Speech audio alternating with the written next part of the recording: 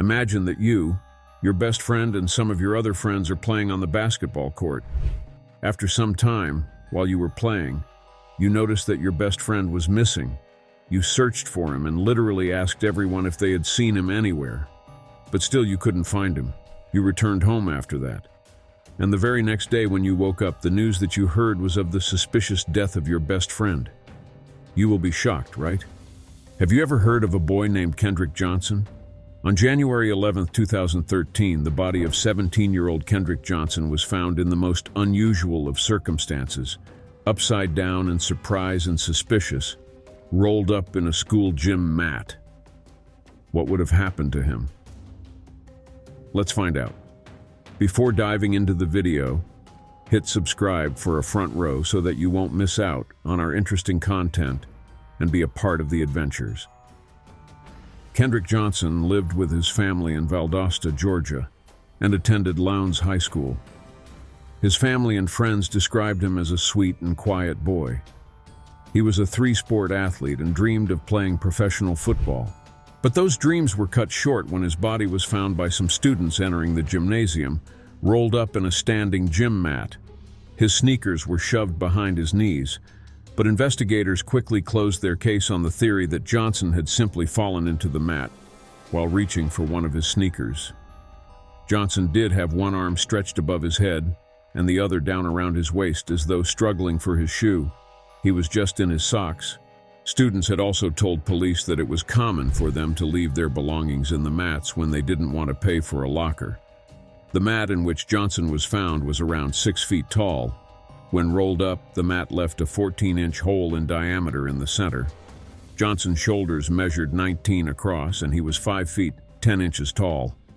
It seemed possible that if Kendrick was trying to squeeze into the center of the mat, he could have scrunched his shoulders together to make himself narrower. But his parents would later maintain that his size versus the size of the mat alone was enough to debunk the investigators' case. Almost a full day had passed until Johnson had been discovered. As he was upside down, blood would have rushed to Johnson's head and he eventually would have begun to bleed from his facial orifices. But one of the most baffling mysteries of this case is that his black and white gym shoe that lay on the ground below Kendrick Johnson, the one he was presumed to be reaching for, was lying on top of a pool of blood, but there was no blood on the shoe itself. A hoodie and a pair of orange and black gym shoes were also found lying on the floor of the gym, as well as traces of blood on the wall nearby. Investigators tested the blood, which revealed that it did not belong to Kendrick Johnson. They also reported that the blood had likely been there for a long time. Investigators did not take the hoodie and orange and black gym shoes into evidence. The initial autopsy revealed that Johnson died due to positional asphyxia, or that he suffocated as a result of being stuck upside down in an enclosed space for an extended period of time. Johnson's parents felt that his death was not being taken seriously, in part because of his race or because a larger cover-up was at play.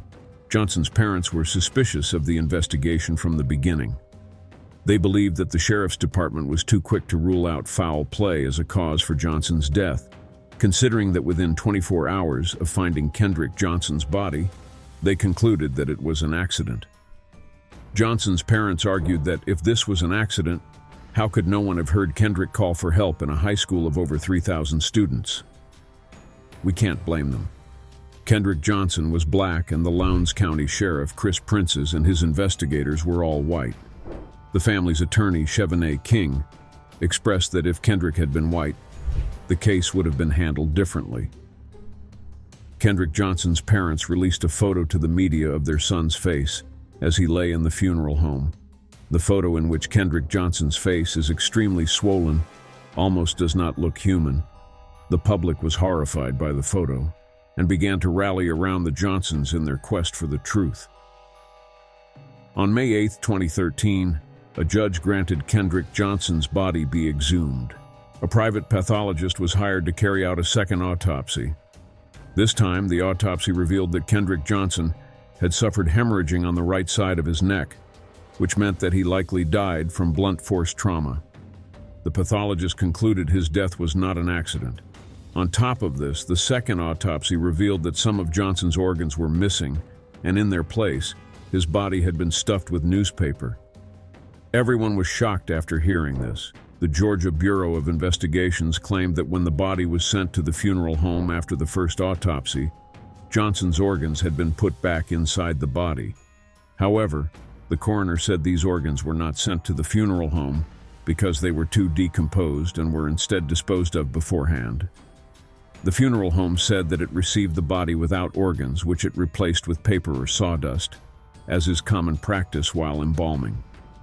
The Johnsons did try to sue the funeral home for mishandling their son's body, and perhaps having done so in order to cover up his true cause of death, but this case was dropped. The organs were lost and could not be tested during the second autopsy, which further aroused suspicions in Johnson's parents that this was a cover-up. As a result of this new evidence, Matthew Moore, the U.S. Attorney for the Middle District of Georgia, announced a formal review of the case. The Johnsons hoped for a coroner's inquest, which would begin the process of reclassifying the cause of Kendrick Johnson's death as non-accidental and reopening the investigation. The request, however, was denied, even though the coroner, Bill Watson, had originally expressed a lack of confidence in the sheriff department's handling of the case. CNN gained access to the school's security footage on the day that Kendrick Johnson was killed, but upon viewing it, realized that it offered little insight into what happened that day. The cameras which faced the mats were unfocused and skipped around. All that could be seen from the cameras was Kendrick Johnson walking towards the gym, and then several seconds of footage of him jogging within the gym. He was never shown within or leaving the gym, and indeed, he never did show up for his following classes. And the suspicious thing is, a whole hour of footage from the gym was missing, right at the time which would have shed light on what happened that day. This finding further increased the confidence of doubters that this death was an accident. Then, in 2014, Kendrick Johnson's parents filed a wrongful death suit against the school's officials, alleging that Johnson had been harassed by a white student which went neglected by the school, perhaps due to his race. The Johnsons also accused the brother's father, an FBI agent at the time, of covering up the murder by manipulating the school and authorities involved in investigating Johnson's death. In 2015, the Johnsons filed a $100 million civil lawsuit against 38 people, including 3 of their son's classmates, the school, the local crime lab, state and federal officials, 5 agents of the GBI, an FBI agent, and more. The parents asserted that the sons of the FBI agent killed Johnson and used their connections to cover up the investigation. Johnson's father, however, admitted that he had no hard evidence to back up any of these claims, and the Johnsons had to drop the suit. They were sued for more than $850,000 in attorney fees and more than $1 million in defamation charges. They were ultimately ordered by a judge to pay close to $300,000 worth of lawyers' fees to those they had accused with no evidence. But Johnson's parents would still not give up. In June 2018, Kendrick Johnson's body was exhumed for a second time, and a third autopsy was performed. The findings of the second autopsy, that Johnson's death was not accidental and caused by blunt force trauma likely due to being struck in the neck with a 45-pound dumbbell, were confirmed. Kendrick Johnson's parents hoped that with the results of this third autopsy, the surveillance footage which they were convinced had been tampered with, and the mishandling of evidence at the scene would be enough to reopen their son's case. It does appear, however, that their quest for answers has only led to more questions. Finally, the case was reopened in March 2021. But still, it is a mystery. Everything points to a murder. Somebody at that high school killed that young man and covered it up. How can someone be this cold-hearted? What would have actually happened there?